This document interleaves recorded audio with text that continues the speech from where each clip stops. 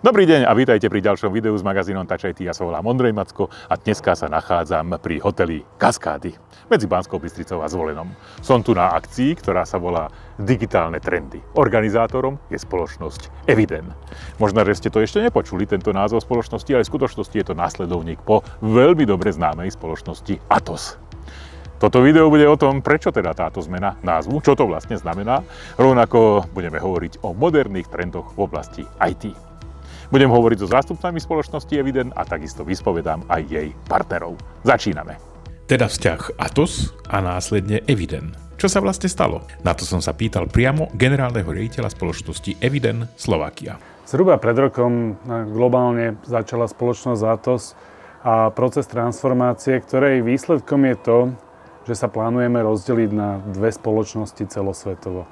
Vyplýva to z toho, že sme zistili, že adresujeme rôzne segmenty trhu s rôznou dynamikou a pokúsili sme sa vytvoriť biznis model, ktorý umožní lepšie sa snažiť pokryť tieto dve oblasti. Jedna je pomerne stabilná a tá zostáva práve pod značkou Atos a druhá je veľmi dynamická a predstavuje portfólio, ktoré veľmi dynamicky rastie. To je oblasť vývoja informačných systémov, oblasť umelej inteligencie, oblasť cloudov. Práve preto došlo k celosvetovému rozdeleniu tejto spoločnosti.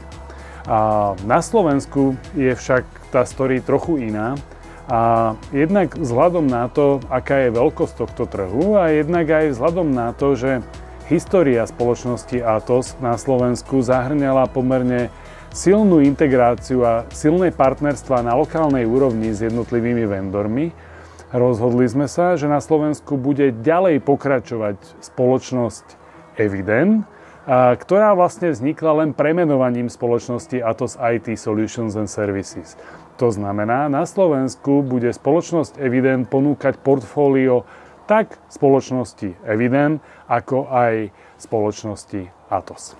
My stále zostávame tou istou spoločnosťou, neopustil nás jediný človek v súvislosti s touto zmenou, neodišiel od nás vôbec nikto. Za vznikom spoločnosti Eviden stojí práve tá schopnosť dynamicky reagovať.